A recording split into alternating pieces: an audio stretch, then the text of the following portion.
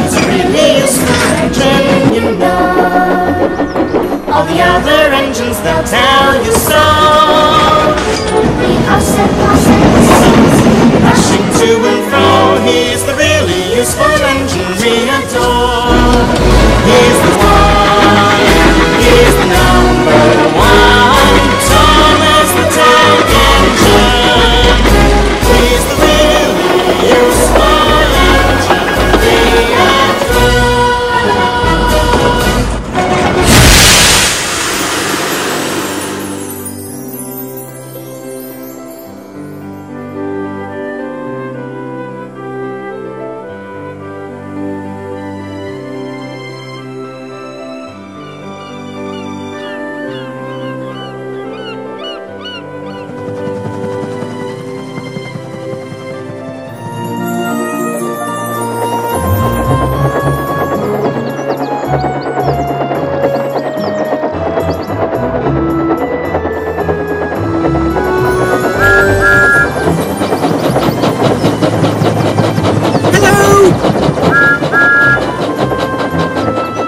Welcome to Sodor.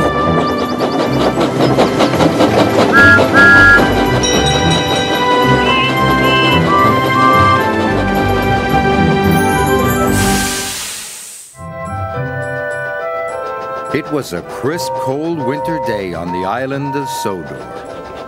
Snow lay thick on the ground. The engines were working extra hard. James was pulling the slow goods train. He had stopped at a signal. Percy pulled up alongside carrying the mail. "Hello, James," said Percy. Then the signal changed to green. "Goodbye, James," whistled Percy, and he was off in a flash. "I was here first," grumbled James. "Why do I have to wait?" "The mail train is more important than slow goods," said his driver. Later, when James stopped for water, Thomas was already in front of him. "I have to go first," said Thomas excitedly. "I am a guaranteed connection." "Everyone has a more important job than me," grumbled James. "Nonsense," said Thomas. "Everyone knows you're a really useful engine." But James wanted to be an important engine too. Later that day, Sir Topham Hatt came to see James. "You must take coal to all the stations on the island," he boomed. "If the fires in the waiting room go out, the passengers will get cold and complain." "It is a very important job," he added. "You can rely on me, sir," said James proudly. Sir Topham Hatt left. James was excited. "An important job," he said happily. "Phew," sniffed Gordon. "It's only a load of coal after all." "Nonsense," snorted James. "I am going to keep the passengers warm. What could be more important than that?" And he wheeshed over to the water tower.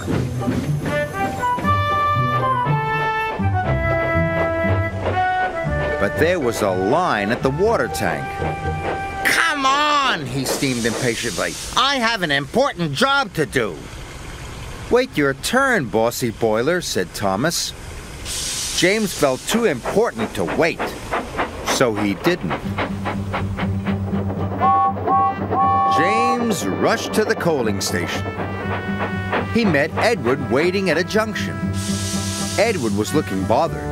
He had too many jobs and he was feeling puffed out. "Can you take these slate cars to the quarry?" Edward asked. "Sorry, Edward, but I can't," puffed James. "I've got the most important job on the island." And he chuffed grandly away.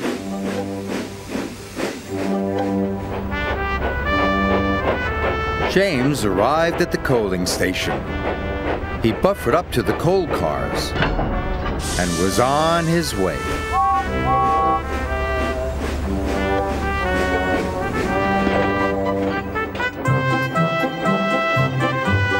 James was looking forward to delivering his coal.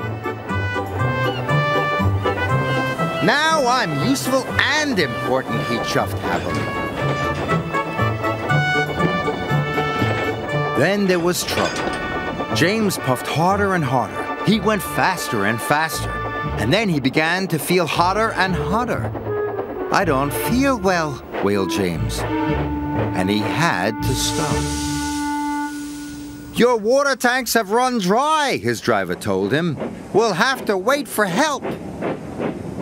Just then, Edward pulled up beside James. Please push me to the water tank, pleaded James. I'm sorry, Edward puffed sadly.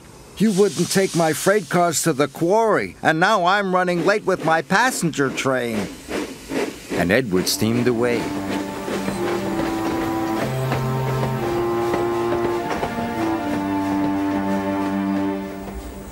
Edward stopped and told the signalman all about James.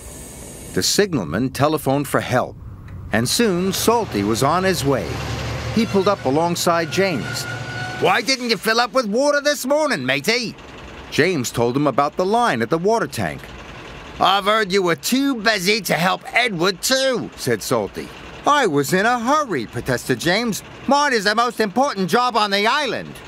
No job is more important than helping another engine, said Salty firmly. And deep down in his boiler, James knew Salty was right. Thanks to Salty, James's water tank was soon filled and he was well on his way. He knew he had to make up for lost time. Then James saw Diesel up ahead. He had broken down and looked unhappy. James wanted to tease him, but then he remembered what Salty had said. No job is more important than helping another engine, he said to himself. And even Diesel is an engine.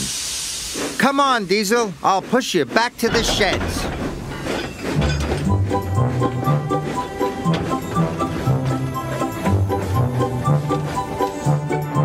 Pushing Diesel and pulling freight cars was hard work. At last, James got Diesel to the repair yard, but he still had to deliver his coal.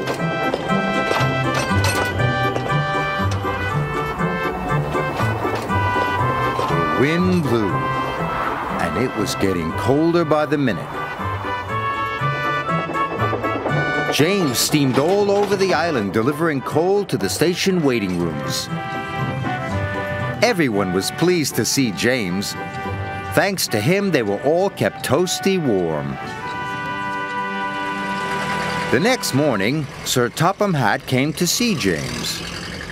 He knew all about him running out of water and his not helping with Edward's trucks. I'm sorry, sir, said James. I put my own job first. But you did learn your lesson and you helped Diesel, Sir Topham Hatt boomed cheerfully.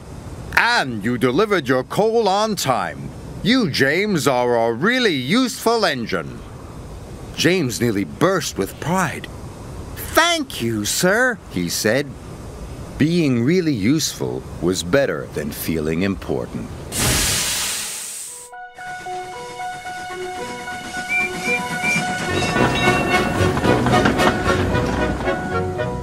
It's really useful engine, you know. All the other engines, they'll tell you so. We have said